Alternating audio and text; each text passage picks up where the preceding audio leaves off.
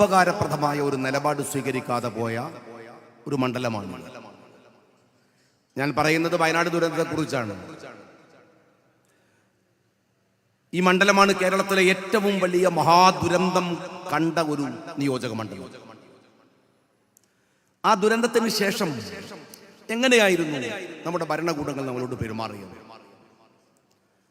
അവിടെ പ്രധാനമന്ത്രി വന്നിരുന്നു, മുഖ്യമന്ത്രി വന്നിരുന്നു, രാഹുൽ ഗാന്ധി വന്നിരുന്നു.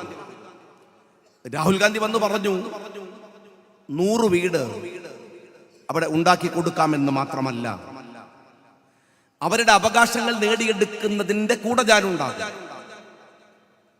അദ്ദേഹത്തിന് അത് മാത്രമേ സാധിക്കുമായിരുന്നുള്ളൂ, അതിന്റെ പരമാവധി. ആ ദുരന്തം കഴിഞ്ഞിട്ട് എത്ര മാസമായി നിങ്ങൾ ഓർത്തു നോക്കൂ.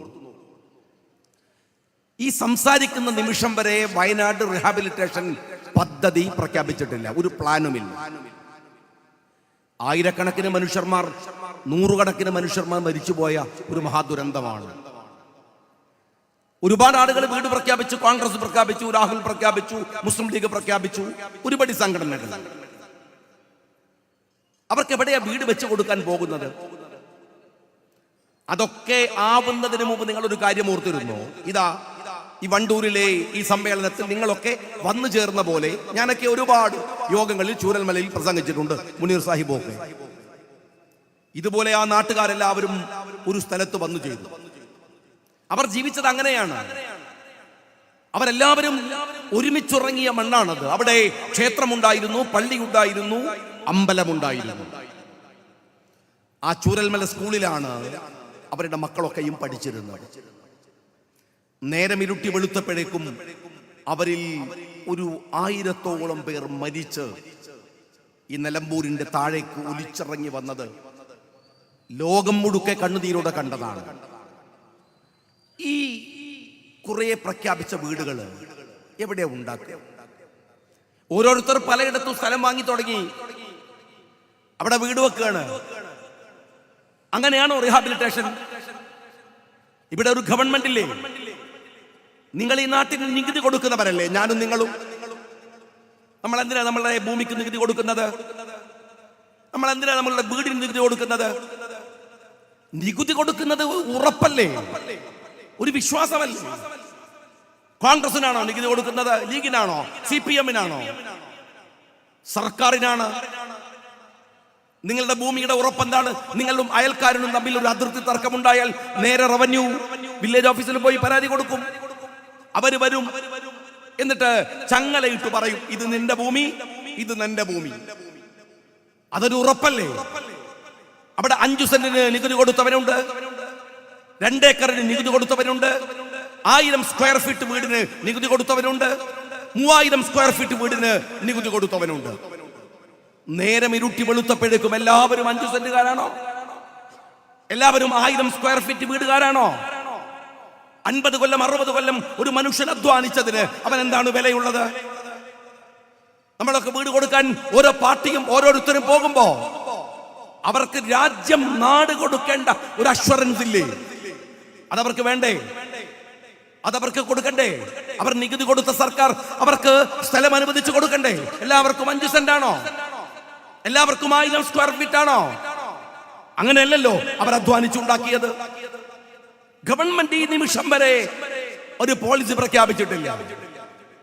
നിങ്ങൾ മനസ്സിലാക്കണം, എല്ലാവരുടെ ഓഫറുകളെയും അവർക്ക് അക്കോമഡേറ്റ് ചെയ്യാൻ കഴിയുന്ന ഒരു പദ്ധതിയാണ് വയനാട്ടിൽ കൊണ്ടുവരേണ്ടിയിരുന്നത്. അതിനെ ലീഡ് ചെയ്യാൻ കഴിയുന്നത് സർക്കാരിന് മാത്രമാണ്. തെരഞ്ഞെടുപ്പായിട്ട് പോലും അങ്ങനെ ഒന്ന് പ്രഖ്യാപിക്കാൻ ഈ മുഖ്യമന്ത്രിക്കോ പ്രധാനമന്ത്രിക്കോ കഴിഞ്ഞിട്ടില്ല. ഈ നിമിഷം വരെ അത് സാധിച്ചിട്ടില്ല. നമ്മളൊക്കെ താമസിക്കുന്ന വീട്, ചുറ്റുപാട് ഓർത്തു നോക്കൂ നിങ്ങൾ. നമ്മളുടെ അമ്മമാരും നമ്മളുടെ അച്ഛന്മാരും, നമ്മൾ കുറച്ച് കഴിയുമ്പോൾ കുറച്ച് പൈസയൊക്കെ ഉണ്ടാക്കി ഗൾഫിൽ നിന്നൊക്കെ കുറച്ച് പൈസ ഉണ്ടാക്കിയിട്ട് ഒരു നല്ല വീട് വെക്കും. തറവാട്ട് വീട്ടില് പഴയ ക്ലോസറ്റ് ആണ്, എന്നാൽ പുതിയ വീട്ടിൽ യൂറോപ്യൻ ക്ലോസറ്റ് ആണ്. കുറച്ചു ദിവസം പാപ്പാനെയും ഉമ്മാനെയൊക്കെ കൊണ്ടു അവിടെ നിർത്തും. അവര് പതുക്കെ എന്തെങ്കിലും കാരണം പറഞ്ഞു തറവാട്ട് വീട്ടിലേക്ക് പോകും. ജീവിക്കുന്ന ചുറ്റുപാട് ഒരു നൊസ്റ്റാൾജിയാണ് എല്ലാവർക്കും. അതവർക്കൊരു പ്രിയപ്പെട്ടതാണ്. പരസ്പരം കളിച്ചിരുന്ന ഓണവും പെരുന്നാളും വിഷുവും ഒക്കെ ക്രിസ്മസും ഒക്കെ ഒരുമിച്ച് ആഘോഷിച്ച ആ മക്കൾ ഇന്ന് വേറെ വേറെ പോവുകയാണ്. ഈ ഗവൺമെന്റ് നോക്കി നിൽക്കുമ്പോഴാണത്. ഗവൺമെന്റിന്റെ ഉത്തരവാദിത്തം നിങ്ങൾക്കറിയുമോ? കേവലം വയനാട് മാത്രമല്ല, കവളപ്പാറ മാത്രമല്ല, കേരളത്തിലെ ഒരു റീഹാബിലിറ്റേഷൻ പ്രോജക്റ്റ് പോലും, ഒരു ദുരന്ത ഭൂമിയിൽ പോലും ഈ പിണറായി സർക്കാർ 8 കൊല്ലമായി പരിഹരിച്ചിട്ടില്ല. ഈ മലപ്പുറം ജില്ലയിലെ താനൂരിലെ ബോട്ടപകടം ഉണ്ടായില്ലേ? ആ ബോട്ടപകടത്തിൽ മുസ്ലിം ലീഗ് ഉണ്ടാക്കി കൊടുത്ത വീടിന്റെ താക്കോൽ കൊടുക്കുന്ന ചടങ്ങിൽ ഞാൻ സംസാരിക്കുമ്പോ ആ വീട് കൊടുക്കുന്ന മനുഷ്യൻ എന്നോട് വന്നിട്ട് പറഞ്ഞു, ഞങ്ങൾക്ക് പാർക്കാൻ നിങ്ങളൊക്കെ കൂടി ഒരു വീടുണ്ടാക്കി തന്നു. പക്ഷേ ആ ബോട്ടപകടത്തിൽ ദുരന്തം സംഭവിച്ചവർക്ക് മരുന്ന് വാങ്ങാൻ പോലും സർക്കാർ പണം തരുന്നില്ല, ചികിത്സ കൊടുക്കുന്നില്ല. പിന്നെ എന്തിനാണ് ഈ സർക്കാർ? ബഹുമാനനായ DK പറഞ്ഞല്ലോ, കർണാടകയിൽ 5 പരിപാടിയാണ്, പക്ഷെ കേരളത്തിൽ 3 പരിപാടിയാണ്. ഏതാത്? ഒന്ന് അച്ഛൻ പിണറായിയും, പിന്നെ അയാളുടെ മകളും, പിന്നെ അയാളുടെ മകനും മരുമോനും കൂടിയിട്ടുള്ള ഒരു 3 പരിപാടിയാണ് കേരളത്തിൽ. വേറെ ഒന്നുമില്ല. റീഹാബിലിറ്റേഷൻ ഇല്ല, പദ്ധതികളുടെ പരിഹാരമില്ല, ഒന്നുമില്ല. എന്നോട് പലരും ചോദിക്കാറുണ്ട്, എന്താ നിങ്ങൾ ഈ പ്രതിപക്ഷം ഒരു ഉഷാറില്ലല്ലോ, എന്തെല്ലാം അഴിമതിയാ നടക്കണത്? എങ്ങനെയാണ് സ്നേഹമുള്ളവരെ ഉഷാറാവുക? ഏതെങ്കിലും ഒരു അഴിമതി കേസിൽ തൂങ്ങി നിൽക്കുമ്പോഴേക്ക് അടുത്തത് കൊല പോലെ വരികയല്ലേ? ഏതെങ്കിലും ഒരു പോയിന്റിൽ ഉറച്ചു നിൽക്കാൻ കഴിയോ? കോവിഡ് വന്നപ്പോ PP കിറ്റ് വിറ്റു, അങ്ങനെ അഴിമതി. പ്രളയം വന്നപ്പോ CMRDF ഫണ്ട് അടിച്ചു മാറ്റി, അങ്ങനെ അഴിമതി. അത് കഴിഞ്ഞപ്പോ എന്തെല്ലാം വന്നു. മുഖ്യമന്ത്രിയുടെ ഓഫീസ്, നിങ്ങൾ ഇതെന്തുകൊണ്ടാണെന്ന് നിങ്ങൾ പരിശോധിച്ചു. ഞാനതാ പറഞ്ഞത്, നിങ്ങൾ ഇവിടെ നമ്മൾ പ്രിയങ്ക ഗാന്ധിയെ തെരഞ്ഞെടുക്കുമ്പോൾ, രാഹുൽ ഗാന്ധിയെ തെരഞ്ഞെടുക്കുമ്പോൾ ഒരു ഐഡിയോളജി അതിന് പിറകിലുണ്ട്. രാഹുൽ ഒരു വ്യക്തിയല്ല, ഒരു ആശയമാണ്, ഒരു മഹാപ്രസ്ഥാനമാണ്. നമ്മള് മുഖ്യമന്ത്രിയെ ഏൽപ്പിക്കുമ്പോൾ നിങ്ങളെ മനുഷ്യന്റെ പ്രീവിയസ് എക്സ്പീരിയൻസ് എന്താണ്, അദ്ദേഹം എന്തൊക്കെ ചെയ്തിട്ടുണ്ട് പരിശോധിച്ച് നോക്കിയിട്ടുണ്ടോ? സഖാവ് പിണറായി വിജയൻ പണ്ട് ഒരു മികച്ച പഞ്ചായത്ത് പ്രസിഡന്റ് ആയിരുന്നു, ഒരു മികച്ച ജില്ലാ പഞ്ചായത്ത് പ്രസിഡന്റ് ആയിരുന്നു. അദ്ദേഹത്തിന്റെ പ്രീവിയസ് എക്സ്പീരിയൻസ് എന്താണെന്നറിയോ? അദ്ദേഹം ഒരു വൈദ്യുതി മന്ത്രിയായിരുന്നു.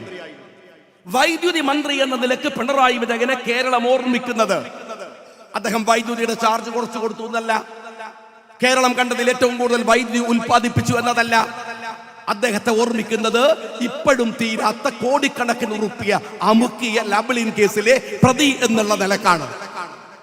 ആകെ ഒരു പണിയായിരുന്നു മുഖ്യമന്ത്രിയുടെ മുമ്പ് കിട്ടിയത്, അത് മുഴുവൻ കട്ടുതീർത്തവനാണ്. സഖാവ് പിണറായി വിജയന്റെ പിന്നെയും എക്സ്പീരിയൻസ് ഉണ്ട്. എന്താണത്? VS അച്യുതാനന്ദന് പണി കൊടുത്ത ആളാണ്. VS സൈഡാക്കി. VS മുഖ്യമന്ത്രിയാകുമ്പോഴും പാർട്ടി സെക്രട്ടറി ആകുമ്പോഴും, ഞാൻ യൂത്ത് ലീഗിന്റെ സംസ്ഥാന സെക്രട്ടറിയും പ്രസിഡന്റും ഒക്കെ ആയിരുന്ന ആളാണ്. മുനീർ സാഹിബ് ഒക്കെ ആ സമയത്തുണ്ട്. ഞങ്ങൾ ഒരുപാട് വിമർശനങ്ങൾ VSനെതിരെ ഉന്നയിച്ചിട്ടുണ്ട്, നടത്തിയിട്ടുണ്ട്, സമരം ചെയ്തിട്ടുണ്ട്.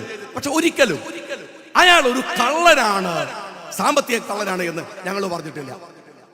നിങ്ങൾ അറിയുമോ, VSന്റെ മകന്റെ പേരിൽ അഴിമതി ആരോപണം വന്നപ്പോ കൈവിറക്കാതെ CBIക്ക് കത്തെഴുതി VS അച്യുതാനന്ദൻ. അതൊരു ധൈര്യമാണ്, അതൊരു വിശ്വാസമാണ്. ആ VSനെ തുരത്തിയിട്ടാണ് സഖാവ് പിണറായി വിജയൻ കേരളത്തിന്റെ മുഖ്യമന്ത്രിയായത്. അന്ന് തുടങ്ങിയ കക്കലാണ്. മുനീർക്ക് പറഞ്ഞ പോലെ കക്കാൻ പറ്റിയ ഒരു ഓഫീസ് ഉണ്ടാക്കി. എന്നിട്ട് ശിവകുമാർ എന്ന് പറയുന്ന മഹാകള്ളനെ ആ ഓഫീസിന്റെ ചുമതല ഏൽപ്പിച്ചു, രവീന്ദ്രനെ ഏൽപ്പിച്ചു. ശിവകുമാർ ജയിലിലേക്ക് പോയപ്പോ എന്നാ പിന്നെ മറ്റൊരാളെ കൊണ്ടുവരുമ്പോ സൂക്ഷിക്കണ്ടേ, തെരഞ്ഞു പിടിച്ചിട്ട് കേരളത്തിൽ ഏറ്റവും കൊള്ളരുതാത്ത ഒരു കാട്ടുകള്ളനെ കൊണ്ടുവന്ന് ശിവശങ്കരന്റെ പോസ്റ്റിൽ ഇരുത്തി, നമ്മളെ ശശിയെ. നിങ്ങൾ മനസ്സിലാക്കണം, കള്ളന് കഞ്ഞി വെക്കാൻ പറ്റിയവരെ മാത്രമേ മുഖ്യമന്ത്രിയുടെ ഓഫീസിൽ കൊള്ളൂ. അവിടെ കൊണ്ടുപോയി വെച്ചു. ഏതെല്ലാം കള്ളത്തരങ്ങൾ ഓർത്ത് നോക്ക് നിങ്ങൾ. ആദ്യം വന്നത് എന്താണ്? കേരളയിലാണ്. കേരളയിൽ വന്നപ്പോ ഭയങ്കര ബഹളം, 1000 കോടിയുടെ അഴിമതി കൺസൾട്ടൻസി വഴി മാത്രം. കേരളയിൽ എവിടെ? നമ്മളെല്ലാവരും പ്രതിപക്ഷ നേതാവ് നമ്മളൊക്കെ കൂടി കേരളയിലെ ബാക്കിൽ ഇങ്ങനെ പോകുമ്പോ അതാ വരുന്നു K-ഫോൺ എന്ന് പറയുന്ന ഒരു പൊട്ടത്തരം. ഈ സാറ്റലൈറ്റ് ഫോണുകൾ വരുന്ന ആധുനിക കാലത്താണ് K-ഫോൺ കൊണ്ടുവന്നത്. കോടികൾ അടിച്ചു മാറ്റി. അത വരുന്നു രണ്ടാമത്തെ കെ ബസ്. എവിടെ കെ ബസ്? വേറൊരു ബസ് ഉണ്ടായിരുന്നു തിരുവനന്തപുരത്ത് കാസർഗോഡ് വരെ. ആ ബസ് ഓർമ്മണ്ടല്ലോ, കോടികൾ ചെലവാക്കിയിട്ട് ബസ്. അലാവുദ്ദീനും 41 കള്ളന്മാരെന്ന് പറഞ്ഞ പോലെ കേരളത്തിന്റെ മുഖ്യമന്ത്രിയും 20 കള്ളന്മാരും ഒരുമിച്ച് യാത്ര ചെയ്ത ആ ബസ് കഴിഞ്ഞപ്പോ പത്രക്കാർ ചോദിച്ചു ബാലനോട്, ഈ ബസ് വലിയ ചെലവല്ലേ? ബാലൻ പറഞ്ഞു, എന്ത് അസംബന്ധം നിങ്ങൾ പറയണത്? ഇതൊരു അസറ്റല്ലേ, മ്യൂസിയത്തിൽ വെച്ചാൽ പോലും ആള് കാണാൻ വരും. പത്രക്കാർ ചോദിച്ചു, ഇതിന് മാത്രമുള്ള പ്രത്യേകത എന്താണ്? ബാലൻ പറയുകയാണ്, മുഖ്യമന്ത്രിയുടെ പൃഷ്ഠം വെച്ച ബസ്സല്ലേ, സീറ്റല്ലേ. എന്റെ ചങ്ങാതിമാരെ, ആ ബസ് കട്ടപ്പുറത്താണ്. അറിയോ നിങ്ങൾ? കെ ബസ് പോയി, നിങ്ങളെ ഈ ബസ് പോയി. അത് കഴിഞ്ഞപ്പോ എല്ലാത്തിനും ആണ്. എന്താ വെച്ചാൽ ഈ ബോംബെയിലൊക്കെ ഡി കമ്പനിയാണ്, വെട്ടാനും തട്ടാനും ഒക്കെ. കേരളത്തിൽ കെ കമ്പനിയാണ്, കക്കാനുള്ള കമ്പനി. കേരളത്തിന്റെ ചരിത്രത്തിൽ ആദ്യമായിട്ടാണ് ഒരു കമ്പനി ഉണ്ടാക്കി കക്കുന്നത്. അത് പിണറായി വിജയന്റെ ഈ കേരള സർക്കാരാണ് ഒരു കമ്പനി ഉണ്ടാക്കി കക്കുക. സ്വർണം കടത്തി നിങ്ങൾ ആലോചിച്ച് നോക്കണം. ഒരൊറ്റ കൊല്ലം 150 കിലോയോളം സ്വർണം മുനീർ സാഹിബ് പറഞ്ഞ പോലെ ഡിപ്ലോമാറ്റിക് ചാനലിൽ. പിണറായി വിജയൻ ഹരിയാന തെരഞ്ഞെടുപ്പിനെ ഒട്ടുകൊടുക്കാൻ ഹിന്ദു പത്രത്തിൽ നടത്തിയ അഭിമുഖത്തിൽ 5 കൊല്ലത്തെ സ്വർണ്ണവേട്ട പറഞ്ഞു. മുഖ്യമന്ത്രിയുടെ ഓഫീസ് വഴി നടത്തിയ ഈ കള്ളക്കണക്ക് പറഞ്ഞില്ല. മുഖ്യമന്ത്രി പറയുന്നത് അത് അങ്ങനെയുള്ള സ്വർണ്ണ കടത്തല്ല. കരിപ്പൂർ വിമാനത്താവളത്തിൽ സ്വർണം കടത്തിയാൽ രാജ്യദ്രോഹമാണ്, അത് കടുത്ത വിദേശ സഹായമാണ്, ഈ രാജ്യത്തെ ഒറ്റുകൊടുക്കലാണ്. എന്നാൽ മുഖ്യമന്ത്രിയുടെ ഓഫീസ് വഴി സ്വർണം കടത്തിയാലോ അത് പരിശുദ്ധമായ സ്വർണം കടത്തലാണ്, അത് 916 സ്വർണം കടത്തലാണ്. അതങ്ങനെ ഈ തീവ്രവാദത്തിൽ വരില്ല, രാജ്യസ്നേഹമാണ്. കൊടകരയിൽ ഹവാല വന്നാൽ അത് രാജ്യസ്നേഹ ഹവാല, കൊണ്ടോട്ടിയിൽ ഹവാല വന്നാൽ അത് രാജ്യദ്രോഹ ഹവാല. ഇവിടെ കഴിഞ്ഞ 2 ആഴ്ച മുമ്പല്ലേ തൃശ്ശൂരിൽ നിന്ന് 150 കിലോയോളം സ്വർണം പിടിച്ചത്? അത് രാജ്യദ്രോഹ സ്വർണ്ണല്ല, അത് ഹലാലായ സ്വർണ്ണ. രാജ്യദ്രോഹ സ്വർണത്തിൽ അത് വരൂല. ഒരു മുഖ്യമന്ത്രിയാണ് നിങ്ങൾ. കർണാടക തെരഞ്ഞെടുപ്പിനെ ഒറ്റുകൊടുക്കാൻ വേണ്ടി എലത്തൂരിലെ തീവണ്ടി ആക്രമണം ഉണ്ടാക്കിയതുപോലെ ഹരിയാന തെരഞ്ഞെടുപ്പിനെ ഒറ്റുകൊടുക്കാനാണ് കേരളത്തിന്റെ മുഖ്യമന്ത്രി ഡൽഹിയിൽ പോയി ഹിന്ദുവിന് അഭിമുഖം കൊടുത്തത്. RSSന്റെ കയ്യിലെ ഒരു ടൂളായി കേരളത്തിന്റെ മുഖ്യമന്ത്രി മാറി. ഇനി മുഖ്യമന്ത്രി മാത്രമാണോ ഈ കക്കണത്? ബാക്കി താഴോട്ട് വന്നാലോ, അദ്ദേഹത്തിന്റെ ഒരു മരുമകനുണ്ട്. അയാൾക്ക് ടൂറിസവും പൊതുമരാമത്തുമാണ്. പൊതുമരാമത്ത് അങ്ങനെ തന്നെ ഊരാലുകലിന് കൊടുത്തു. ഒരു പണി എടുക്കുകയാണ്, പിന്നെ പണിയുള്ള ടൂറിസത്തിലാണ്. നിങ്ങൾ കോഴിക്കോട് നഗരത്തിൽ പോയി നോക്കിയിട്ടുണ്ടോ? കോഴിക്കോട് കടപ്പുറം. ഞാൻ ഒരു തീരദേശ MLA ആയ ആളാണ്. മുനീർ സാഹിബ് കോഴിക്കോട് സൗത്തിലായപ്പോ ഒരു തീരദേശ MLA ആണ്. നിങ്ങൾക്ക് വണ്ടൂർക്കാർക്ക് അതിന്റെ ബുദ്ധിമുട്ട് പറഞ്ഞാൽ മനസ്സിലാവില്ല. 10 കൊല്ലം ഞാൻ അഴീക്കോടിലാണ്. കേരളത്തിന്റെ ഒരു വലിയ പോർഷൻ കടൽ ഭാഗമാണ്. അവിടെ അറിയോ, ചില അമ്മമാര് വന്നിട്ട് കണ്ണു നിറച്ച് നമ്മളോട് പറയും, മകന് കടലിലൊക്കെ പോയി വരുന്നത് അർദ്ധരാത്രിയാണ്, അവനൊന്നുറങ്ങാൻ ഒരു കൂര വേണം, ഞങ്ങൾക്ക് ഒരു 5 സെന്റ് ഭൂമിയുണ്ട്, ഒരു വീട് വെക്കാൻ MLA സഹായിക്കോ? ഒരു രക്ഷയില്ല. CRZ നയമാണ്. ഞാനന്ന് ഞങ്ങളും ബഹുമാന്യനായ പ്രധാന MLA ഒക്കെ കൂടിയിട്ട് ഉമ്മൻചാണ്ടി സാറിന്റെ മുമ്പിൽ വന്ന് ഈ പ്രശ്നങ്ങൾ കരഞ്ഞു പറഞ്ഞു ഈ സങ്കടം. എത്ര വർഷമായി കേൾക്കുന്നത്? ഉമ്മൻചാണ്ടി സാറ് അദ്ദേഹത്തിനാകാവുന്ന വിധത്തിൽ നിയമസഭയിൽ ഒരു നിയമം കൊണ്ടുവന്നു, പക്ഷെ കേന്ദ്രം റിജക്ട് ചെയ്തു. ഞാൻ പറയുന്നത്, കടലിന്റെ ഓരത്ത് മത്സ്യത്തൊഴിലാളിക്ക് വീട് വെക്കാൻ CRZ നിയമം. കോഴിക്കോട് പോയിട്ടുണ്ടോ? ഇസ്രായേലിന്റെ സ്റ്റാർബക്സ് എന്ന കോഫി ഷോപ്പ് നടത്തുന്നത് കേരളത്തിലെ സ്പീക്കറുടെ സഹോദരനാണ്. മാത്രല്ല, കേരളത്തിലെ തലമുതിർന്ന CPI നേതാക്കന്മാരുടെ മക്കളാണ്, അവരുടെ കുടുംബാംഗങ്ങളാണ്. അവിടെ കെട്ടിടത്തിന് അനുമതി കൊടുത്തത് ഈ പറയുന്ന മന്ത്രിയാണ്. തീരുന്നില്ല. കോഴിക്കോട് കോർപ്പറേഷനിൽ മാസം 2.5 ലക്ഷം രൂപ വാടക കൊടുക്കാമെന്ന് എഴുതി കൊടുത്തിട്ടും 45,000 രൂപയുടെ വാടകക്ക് അവിടെ കൊടുക്കുന്നു. അപ്പൊ നിങ്ങൾ പറയാണ് ഷാജി വെറുതെ വിടല് പറയാണ്. എന്നാൽ ഈ പൊതുയോഗത്തിൽ വെച്ചിട്ട് പരസ്യമായിട്ട് ഞാൻ പറയാണ്, കേരളത്തിലെ ടൂറിസം മന്ത്രിയോട്, നിങ്ങളൊക്കെ സാക്ഷിയാണ്, 2.5 ലക്ഷം രൂപ അടുത്ത മാസം മുതൽ നിങ്ങളുടെ ആ കടക്ക് ഞാൻ വാങ്ങിത്തരാം, അല്ലെങ്കിൽ അത് അടക്കാൻ തയ്യാറായി. നിങ്ങൾ 45,000ന്റെ ഈ എഗ്രിമെന്റ് ക്യാൻസൽ ചെയ്യുക. വെട്ടിപ്പാണ് വ്യാപകമായി. കണ്ണൂരില് ഒരു ADM മരിച്ചു പോകുന്ന, കൊല്ലപ്പെട്ടു പോകുന്ന സ്ഥിതിയിലേക്ക് ദിവ്യയുടെ വിഷയം വന്നു. നിങ്ങൾ ഓർത്തിട്ടുണ്ടോ ആ വിഷയം? ഇന്ന് ജാമ്യ സമയത്ത് CPM നേതാക്കന്മാരാണ് ജയിലിന് മുമ്പിൽ ഉണ്ടായിരുന്നത്. CPM നേതാക്കന്മാർ ജാമ്യ സമയത്ത് പറഞ്ഞത് സതുദ്ദേശപരമായി. എല്ലാവരും വിചാരിക്കുന്നത് സതുദ്ദേശപരമായി അങ്ങനെ പറഞ്ഞതല്ലേ? ദുർബല ഹൃദയനായ ADM മരിച്ചതാണ്. ഞാനൊരു കണ്ണൂർക്കാരൻ, അവിടുത്തെ ഒരു MLA ആയി നിന്ന ആൾ എന്ന നിലയ്ക്ക് ഞാൻ പറയട്ടെ, സതുദ്ദേശപരമേ അല്ല. ഒന്ന്, നിഷ്കളങ്കമായ ആത്മഹത്യയുമല്ല. തെളിവ് അന്വേഷണം നടക്കട്ടെ. ഒരൊറ്റ കാര്യം ഞാൻ ചോദിക്കട്ടെ, ഈ ADM കണ്ണൂർ ജില്ലയിൽ സത്യസന്ധമായി ജോലി ചെയ്ത ഒരു ഓഫീസറാണ്, ഇടതുപക്ഷക്കാരനാണ്, CPM-കാരനാണ്. എന്നാൽ ഇയാൾ ഇരിക്കുന്ന ഒരു മീറ്റിംഗിൽ ഇടിച്ചു കയറി ചെന്ന് ദിവ്യ പറയുന്ന ഒരു വാക്കുണ്ട്, 2-3 ദിവസം കഴിയട്ടെ ഞാൻ പറയാം. നമ്മൾ കരുതിയത് ഏതോ ഇയാൾ വാങ്ങിയ ഒരു അഴിമതിയുടെ കഥ പുറത്തു വരാനുണ്ട് എന്നാണ്. അയാൾ ആത്മഹത്യ ചെയ്തു കഴിഞ്ഞാൽ ആ കഥ പുറത്തു വരണ്ടേ? ഒരൊറ്റ കാര്യം ഞാൻ ചോദിക്കട്ടെ, ഇയാൾ ഒരു ഉന്നതനായ ഉദ്യോഗസ്ഥനല്ലേ? അയാൾ രാവിലെ അങ്ങ് പത്തനംതിട്ടയിൽ ചെന്നിറങ്ങുമ്പോൾ കാത്തിരിക്കുന്ന 2 മക്കളുണ്ട്, അയാളെ കാത്തിരിക്കുന്ന ഭാര്യയുണ്ട്. അവരോട് ഒരു യാത്ര പറയാതെ ഈ മനുഷ്യൻ അങ്ങ് കയറിൽ കെട്ടി തൂങ്ങോ? ഒരു വരി എഴുതാതെ ആ മനുഷ്യൻ തന്റെ ആത്മഹത്യയാണെങ്കിൽ അവസാനിപ്പിക്കുമോ? അവിടെ എഴുതിയ പേപ്പർ എവിടെ? ഇയാൾ എന്താ ശുദ്ധനായ വിഡ്ഢിയാണോ? അയാൾ മരിച്ചിട്ട് ഇത്ര ദിവസമായിട്ടും നിങ്ങൾ ഈ പറഞ്ഞ കഥ എന്തേ പറയാത്തത്? അഴിമതി കഥ പുറത്തു വരാത്തത്? ആരാണ് ദിവ്യ എന്ന് നിങ്ങൾക്കറിയുമോ? എന്റെ കോൺസ്റ്റിറ്റ്യുവൻസിയോട് ചേർന്നാണ് അവർ, എനിക്കറിയാം. അവിടുത്തെ ബ്ലോക്ക് പഞ്ചായത്ത് പ്രസിഡന്റ് ഷാജിറുണ്ട്.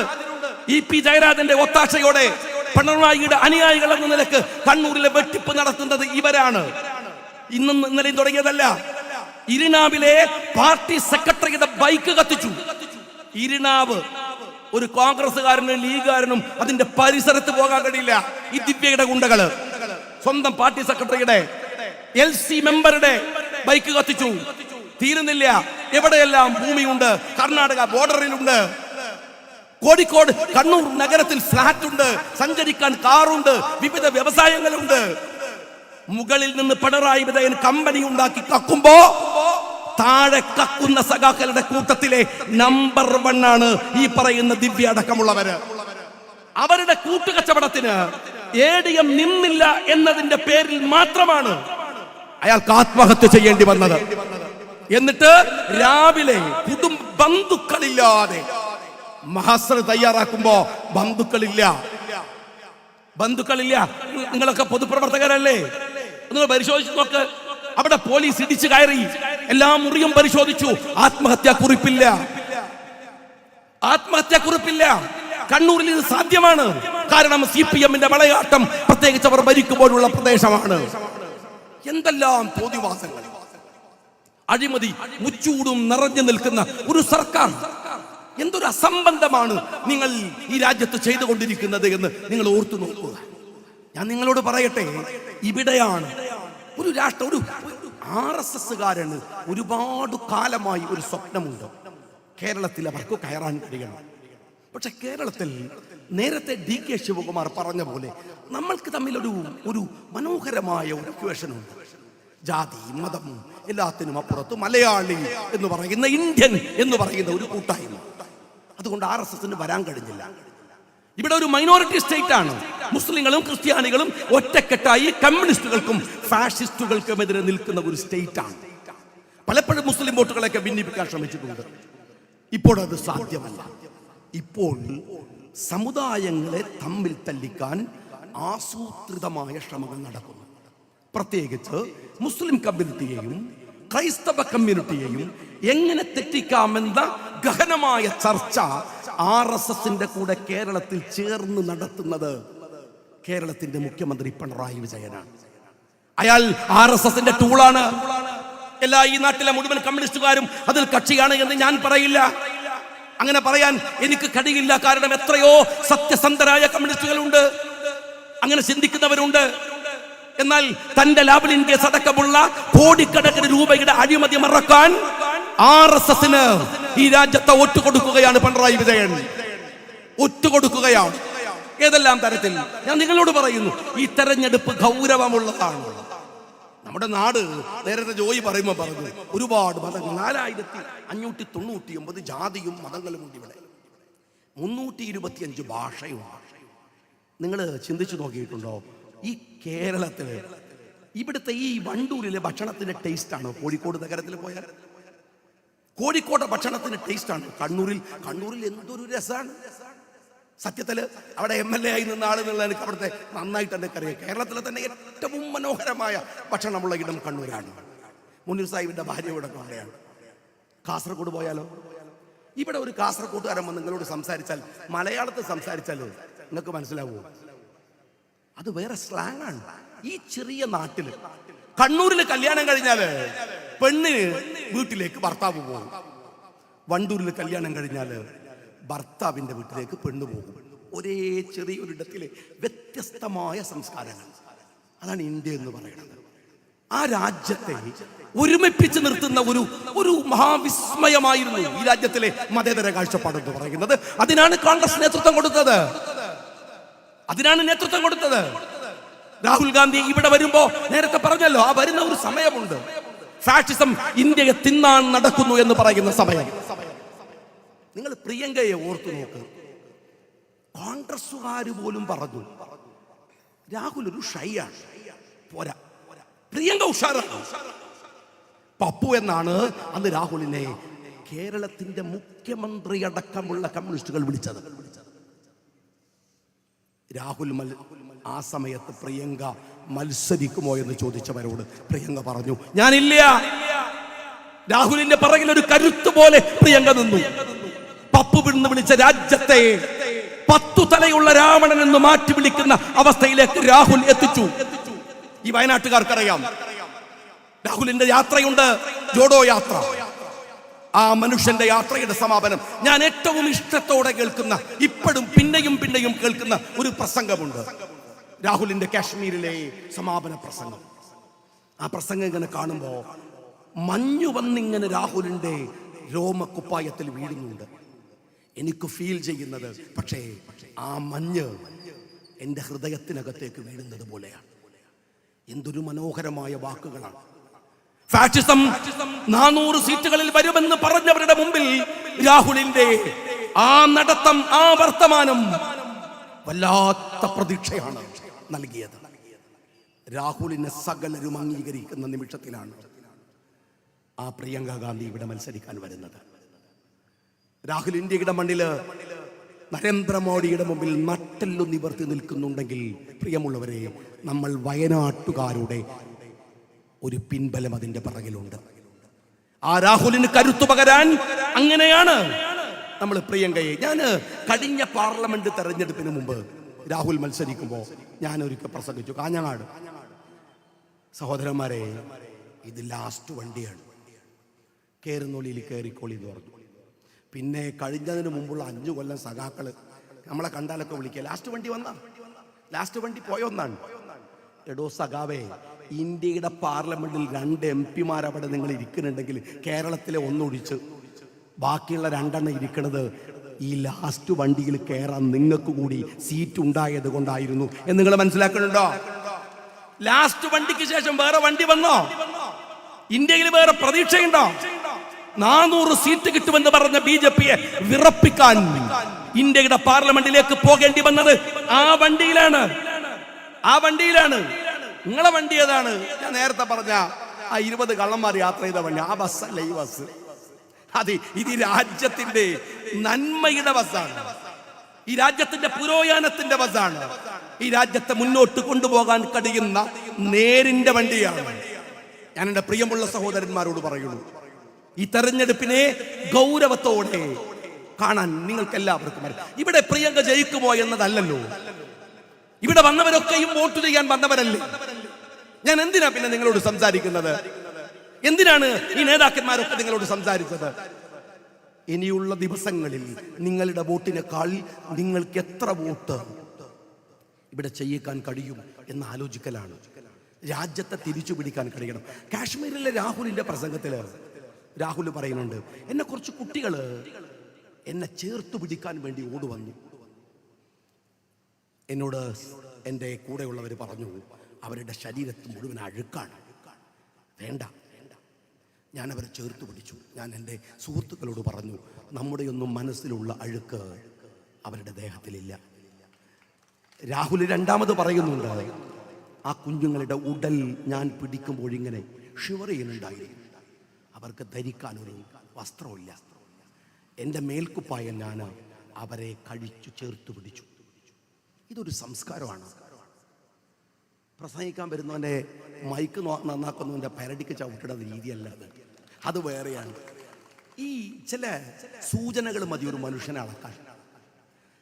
വൈഗാ നദിയുടെ തീരത്ത് നിന്ന് 1942 ഗാന്ധിജി ഒരു യാത്ര തുടങ്ങുകയാണ്. ഞാൻ പലപ്പോഴും പറയാറുണ്ട്. അപ്പോൾ വല്ലാതെ ചൂടാണ്. ഗാന്ധിജി തൻ്റെ തല ഒന്ന് തണുപ്പിക്കാൻ വെള്ളമെടുത്ത് തലങ്ങനെ നനക്കുകയാണ്. ആ സമയത്താണ് ഗാന്ധിജി ശ്രദ്ധിക്കുന്നത്, വൈഗാ നദിയുടെ ഒഴുക്കുള്ള ഒരു ഭാഗത്ത് ഒരമ്മ നിന്ന് വസ്ത്രമലക്കുകയാണ്. കഴുത്തറ്റം വെള്ളമുണ്ട്. ഗാന്ധിജി പറഞ്ഞു, അപകടമാണ്, നിങ്ങൾ ഇങ്ങോട്ട് വാ, നിങ്ങൾ ഇങ്ങോട്ട് വാ. അവര് വന്നില്ല.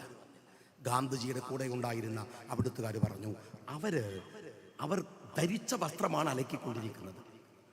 ആ വെള്ളത്തിലാണ് അവരുടെ നഗ്നത അവർ മറക്കുന്നത്. ഗാന്ധിജിക്ക് സങ്കടം വന്നു. തൻ്റെ മേൽക്കുപ്പായം ഗാന്ധിജി അഴിച്ച് വെള്ളത്തിലിട്ട് തേവി ആ അമ്മക്ക് കൊടുത്തു. അമ്മ ആ കുപ്പായം എടുത്തപ്പോ ഗാന്ധിജി പറഞ്ഞു, കുറച്ച് ഇങ്ങോട്ട് നിൽക്ക്. അവർ നന്ദി പറയുമ്പോൾ അത് കേൾക്കാൻ നിൽക്കാതെ തിരിച്ചു നടക്കുന്ന ഗാന്ധിജി മനസ്സിൽ ഉറപ്പിച്ച ഒരു കാര്യമുണ്ട്, ഇനി എൻ്റെ ഈ 2 വസ്ത്രമല്ലാതെ അലങ്കാരമായി ഞാൻ എൻ്റെ ദേഹത്ത് മറ്റൊരു തുണി ഇടണമെങ്കിൽ ഇന്ത്യയിലെ മുഴുവൻ മനുഷ്യർക്കും ഉടുതുണിക്ക് മറുതുണി ഉണ്ടാവുന്ന കാലത്തെ അത് ചെയ്യൂ എന്ന്. 48 ജനുവരി 30 ഗാന്ധിജിയെ നാഥുറാം വിനായക് ഗോഡ്സെ വെടിവെച്ച് കൊല്ലുമ്പോഴും ആ 2 തുണി മാത്രമാണ് അയല്ലിച്ച ദേഹത്തുണ്ടായിരുന്നത്. പണ്ഡിറ്റ് ജവഹർലാൽ നെഹ്റു 1948 ഡൽഹിയിൽ കഞ്ഞി പാർന്നു കൊടുക്കുന്ന ഒരു സന്ദർഭമുണ്ട്. കഞ്ഞി വിതരണം ചെയ്യാൻ അതിന്റെ ഉദ്ഘാടനത്തിന് ഇന്ത്യൻ്റെ പ്രധാനമന്ത്രി പണ്ഡിറ്റ് ജവഹർലാൽ നെഹ്റു.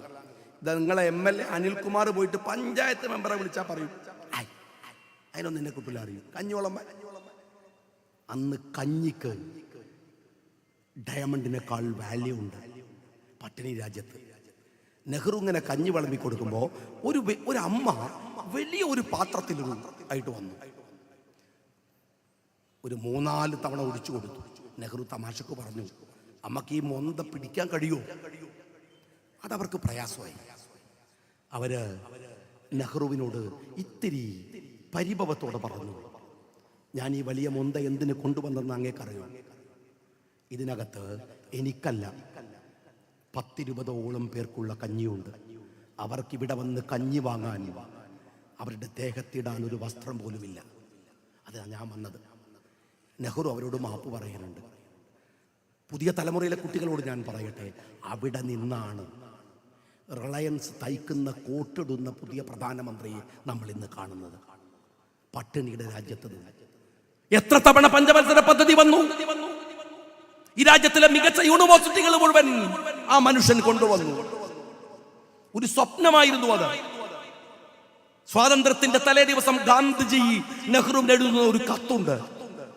വിദ്യാഭ്യാസം കൊണ്ടുവരുമ്പോ കേവലം അക്ഷരജ്ഞാനമല്ല, മനുഷ്യന്റെ താളമറിയുന്ന മൗലികതയുള്ള വിദ്യാഭ്യാസം കൊണ്ടുവരണം. ഒരു കാഴ്ചപ്പാടാണ് ഈ രാജ്യത്തിൽ. ഇവിടുത്തെ CPM-കാരന് എപ്പോഴാണ് ഈ രാജ്യം സ്വതന്ത്രമായത്? ഇവിടുത്തെ RSS-കാരന് എപ്പോഴാണ് ഈ രാജ്യം അംഗീകരിക്കാൻ തുടങ്ങിയത്? 1980-കൾ വരെ ഓഗസ്റ്റ് 15-ന് ഒരു CPM ഓഫീസിലും കൊടി ഉയർത്തിയിട്ടില്ല. അവർ ഈ രാജ്യത്തെ അംഗീകരിച്ചിട്ടില്ല. നമുക്ക് എന്തെല്ലാം അഭിപ്രായ വ്യത്യാസങ്ങളുണ്ട്. കോൺഗ്രസുമായി ഇതാ ഞാൻ ഇവിടെ ലീഗുകാരനാണ്, അതിന്റെ ഭാരവാഹിയാണ്, ഞാൻ കോൺഗ്രസിന് വേണ്ടി സംസാരിക്കുകയാണ്. എന്നാ പിന്നെ എനിക്ക് കോൺഗ്രസ് ആയ പോരെ? ഈ പച്ചക്കൊടി മാറ്റിയാ പോരെ? അല്ലല്ലോ. ഞാൻ എന്തിനാണ് കോൺഗ്രസ് ഇന്ത്യ പിന്നെയും പിന്നെയും ഭരിക്കണമെന്ന് പറയുന്നത് എന്നറിയാമോ? എനിക്ക് നാളെ കോൺഗ്രസിനെ വയറ് നിറച്ച് ചീത്ത വിളിക്കാൻ സ്വാതന്ത്ര്യം വേണമെന്നത് കൊണ്ടാണ്. അതൊരു സ്വാതന്ത്ര്യമാണ്. CPM-കാരൻ രാജ്യം ഭരിച്ചാലേ. പണ്ട് മുനീർ സാഹിബൊക്കെ പറയുന്നൊരു കഥ ഉണ്ട്. ഒരു പട്ടി, 2 പട്ടികൾ. ഒരു പട്ടി ഇന്ത്യയിൽ നിന്ന് ചൈനയ്ക്കും, ഒരു പട്ടി ചൈനയിൽ നിന്ന് ഇന്ത്യക്കും വരികയാണ്. അങ്ങനെ അതിർത്തിയിലെത്തിയപ്പോൾ 2 പട്ടികൾ കണ്ടുപിട്ടി. അപ്പൊ ചോദിച്ചു, ഇന്ത്യയിൽ നിന്ന് പോകുന്ന പട്ടി ഇങ്ങനെ മെലിഞ്ഞ് ഒട്ടിക്കണം. അപ്പൊ ചോദിച്ചു, നിങ്ങളെടുക്ക ചൈനക്ക് പോണത്? അവൻ പറഞ്ഞു, എന്തെങ്കിലും ഒന്ന് തിന്നാൻ കിട്ടണ്ടേ, ഇന്ത്യ മുഴുവൻ പട്ടിണിയാണ്, അതുകൊണ്ട് എന്തെങ്കിലും കിട്ടാണ്ട് വെച്ചിട്ട് ചൈനക്ക് പോവാൻ. അപ്പൊ ചൈനയിൽ നിന്ന് ഇങ്ങോട്ട് വരുന്ന പട്ടി നോക്കുമ്പോൾ നല്ല തടിച്ചു കൊടുത്ത പട്ടിയാണ്. ഇന്ത്യൻ പട്ടി അതിശയത്തെ ചോദിച്ചു, നീ എന്തിനാ ഇന്ത്യക്ക് പോണത്? അവൻ പറഞ്ഞു, പട്ടിയല്ലേ, ഒന്ന് കുരക്കാൻ പോവാണ്. അവിടെ കമ്മ്യൂണിസ്റ്റുകളാ ഭരിക്കണത്. ജനാധിപത്യത്തിലെ ഈ പണിയൊക്കെ നടക്കുള്ളൂ. നിങ്ങൾക്ക് എന്നെ ചീത്ത പറയാൻ, എനിക്ക് നിങ്ങളെ ചീത്ത പറയാൻ. CH മുഹമ്മദ് കോയ സാഹിബും പണ്ഡിറ്റ് ജവഹർലാൽ നെഹ്റുവും തമ്മിൽ വാഗ്വാദം ഉണ്ടായതറിയാം. ലീഗ് കോൺഗ്രസിനെ എതിർത്തതറിയാം. ആ സമയത്ത് ഇന്ത്യയുടെ പാർലമെന്റിൽ ബി പോക്കർ സാഹിബ് എന്ന് പറയുന്ന ഒരു മനുഷ്യൻ എഴുന്നേൽക്കുകയാണ്. വിവാഹ നിയമ ബില്ല് വരുന്നു. നോ, സമ്മതിക്കില്ല. എന്ത് സമ്മതിക്കാതിരിക്കാൻ? ഒരാളേ ഉള്ളൂ. ആ മനുഷ്യന്റെ മുഖത്ത് നോക്കി പണ്ഡിറ്റ് ജവഹർലാൽ നെഹ്റു പറഞ്ഞു, പോക്കർ, താങ്കൾ ഒറ്റക്കല്ല. അങ്ങയുടെ നോ വിളിയിൽ ഇന്ത്യയിലെ മുഴുവൻ മുസ്ലിങ്ങളെയും ഞാൻ കാണുന്നുണ്ട്. അറിയോ നിങ്ങൾക്ക്? ലീഗുകാരനാണ് പോക്കർ എന്ന് പണ്ഡിറ്റ് ജവഹർലാൽ നെഹ്റുവിന് അറിയാം. സഖാവേ, സക്രിയമായ ജനാധിപത്യം എന്നൊന്നുണ്ട്. അതറിയണമെങ്കിൽ രാജ്യം എന്താണെന്ന് അറിയണം. രാജ്യത്തെ ഒറ്റുകൊടുത്ത നിനക്കെന്ത് രാജ്യം, എന്ത് സ്വാതന്ത്ര്യം, എന്ത് ഡെമോക്രസി? സ്നേഹമുള്ളവരെ, നാട് തിരിച്ചു പിടിക്കാനുള്ള ഒരു വോട്ടായത്. നിങ്ങൾ വിചാരിക്കുന്നുണ്ടോ അവിടെ പോയിട്ട് കൈപ്പത്തി കുത്താണ്ടെന്ന്? അല്ല, പ്രാർത്ഥിച്ചു ചെയ്യണം. ഒരു മനോഹരമായ പ്രക്രിയയിലേക്കാണ് നിങ്ങൾ ചെല്ലുന്നത്. കിട്ടാവുന്നതിൻ്റെ പരമാവധി വോട്ടുകൾ നിങ്ങൾ പറഞ്ഞു ചെയ്യിക്കണം. ഓരോ വോട്ടും ഒരു തിളക്കമായി നിങ്ങളുടെ ഹൃദയത്തിൽ സൂക്ഷിക്കാൻ കഴിയും. കൈപ്പത്തി അടയാളത്തിലാണ് വോട്ട് വേണ്ടത്. അഭിവാദ്യങ്ങൾ നേർന്നു. ജയ്.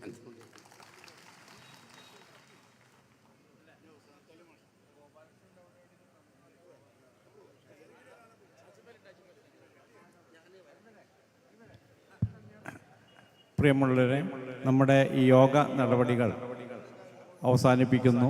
നന്ദി പ്രകാശിപ്പിക്കുന്നതിന് വേണ്ടി KT അജ്മലിനെ ക്ഷണിച്ചു.